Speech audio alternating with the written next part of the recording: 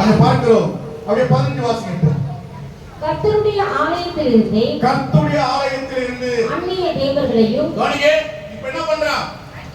அந்நிய தேவர்களையும் அந்த விக்கிரகத்தையும் எடுத்து போட்டு கர்த்தருடைய ஆலயமுள்ள மலையிலும் எருசலேமிலும் தாம் கட்டியிருந்த எல்லா பணிபீடங்களையும் அகற்றி பாபிலோன் தேசத்திலே அவன் அடிமைத்தனத்தில் கொண்டு போய் விலங்கினால கட்டப்பட்டு அவன் கெஞ்சலை கேட்டு அவனுக்கு விடுதலை கொடுத்து திரும்ப என்ன கொண்டு சேர்த்தார்? திரும்ப அவனுடைய ராஜ்யத்துக்கே கற்றுக்கொண்டு வந்து சேர்த்தார். இந்த நிலையில் இருக்கிற உன்னை மறுபடியும் கர்த்தர் என்ன பண்ண போறார்? கட்டி விட்டு உயர்த்த போகிறார்.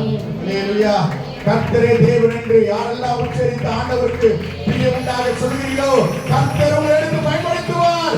தேவ சமூகத்திலே சமாதானத்தின் வழியோ சோத்திர வழியோ இஸ்ரவேலுக்கு உண்டாகிற தேவனுடைய கர்த்தருடைய சமூகத்தை சேவிக்க வேண்டும் என்று கர்த்தர் உங்களோடு பேசியிருக்கிறார். கர்த்தர் உங்களோடு பேசிக் கொண்டிருக்கிறார். ஏன்னா அவனை தேவன் அங்க எங்க அடிமை சத்துருடைய கரத்திலிருந்து மீட்டெடுத்து மறுபடியும் கர்த்தர் கொண்டு வந்து சேர்த்தார். எப்ப தெரியுங்களா? ஆண்டவரே தேவன் என்று அறிந்து கொண்ட போதுதான். இந்த தேவ சமூகத்திலே அங்க அப்படியே வாசிப்போம். கர்த்தருடைய ஆலயத்திலிருந்து அந்நிய தேவர்களையும் அந்த விக்கிரகத்தையும் எடுத்து போட்டு கர்த்தருடைய ஆலயமுள்ள மலையிலும் எருசலேமிலும் நாம் கட்டியிருந்த எல்லா பலிபீடங்களையும் அகற்றி பட்டணத்திற்கு புறமாக போடுவிட்டு கர்த்தருடைய பலிபீடத்தை செப்பனிட்டு மறுபடியும் என்ன பண்றான்? புதுப்பிக்கிறான். அவன் இருக்கிற காரியத்தை எல்லாம் என்ன பண்ணான்? அகற்றி போட்டான். அதை திரும்ப செப்பனிடுறான். கர்த்தருக்கு பிரியம் உண்டாக, கர்த்தருக்கு மகிமை உண்டாக.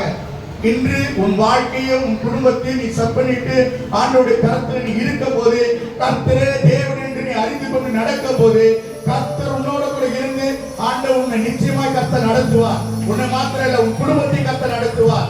வேதம் சொல்கிறது அவரை தான் நீ சேவிக்கணும், அவரை தான் நீ தொழுது கொள்ள சொல்லி எந்த மனாசே அந்நிய ஜனங்களை தேவ சமூகத்துல கொண்டு வந்து அந்நிய தேவர்களை முன்னிட்டு காரியத்தை செய்தானோ அதை கர்த்தர் அப்படியே மாற்ற செய்தார். வசனம் சொல்கிறது 16 வாசிங்க. கர்த்தருடைய பலிபீடத்தை செப்பனிட்டு அதின்மேல் சமாதான பலிகளையும் ஸ்தோத்திர பலிகளையும் செலுத்தி இஸ்ரவேலின் தேவனாகிய கர்த்தரை சேவிக்க வேண்டும் என்று யூதாவுக்கு கட்டளையிட்டார். அல்லேலூயா சொல்லவா?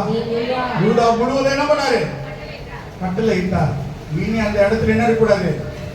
விக்கிரகம் இருக்கக்கூடாது, பாகால் இருக்கக்கூடாது. இனி தேவன் ஒருவர் தான், ஆண்டவராகிய தேவன் ஒருவர் தான் என்று சொல்லி